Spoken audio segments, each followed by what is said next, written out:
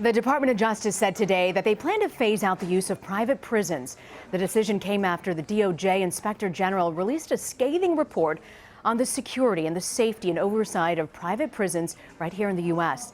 Deputy Attorney General Sally Yates released a memo today that said, quote, "I'm eager to enlist your help in beginning the process of reducing and ultimately ending our use of privately operated prisons." She went on to add, "I am directing that as each contract remains the end of its term, the Bureau should either decline to renew that contract or substantially reduce its scope." And joining me now to talk about the details is CBS News Justice reporter Paula Reid. Okay, Paula, so tell me, what does this announcement mean? Rena, this is a big deal for the federal government to phase out their use of private prisons. They've essentially concluded that they create more problems than they solve.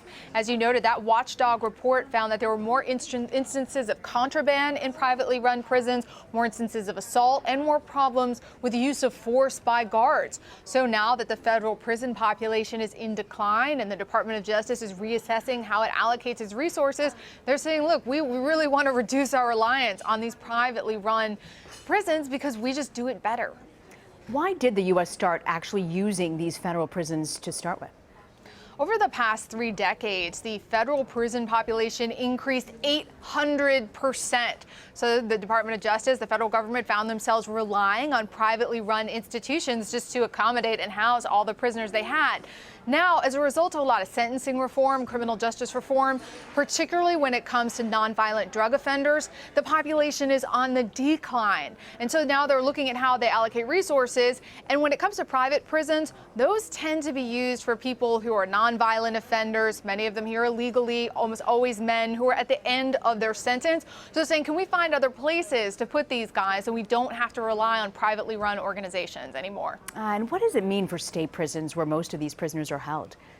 Well, this guidance, this memo has no impact on states. The Federal Bureau of Prisons only oversees the small percentage of people who are housed in federal prisons. But the Department of Justice hopes that if this goes well, that this will be a model for the states where most prisoners are held, and many of those states have to also rely on privately run organizations. Any idea how long this is going to take the DOJ to actually enact? It's a great question because many people have reported today that the Department of Justice is ending its use of private prisons. But that's not what they're saying. They're saying it's their long-term goal to hopefully end as long as the prison population continues to be on the decline. But they note it'll take several years, and they have absolutely not closed the door on using privately run facilities for prisons or for halfway houses as they currently do. Paula Reid in Washington. Thank you, Paula.